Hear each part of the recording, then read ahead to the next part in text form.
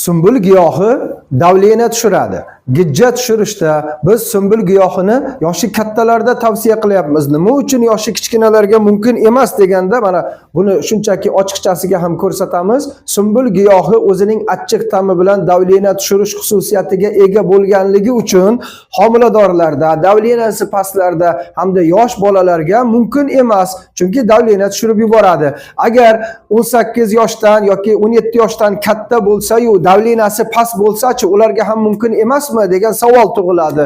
Ularga mumkin. Ularga novvot yoki asal aralashtirib immunitetni kuchaytiradigan dori sifatida ovqatdan keyin iste'mol qilinadi. Ham immunitetini kuchaytiradi, shamollashlarni oladi, ham gijjalarni yo'q qiladi. Oddiygina usullar. Mana shunday oq bo'ladi.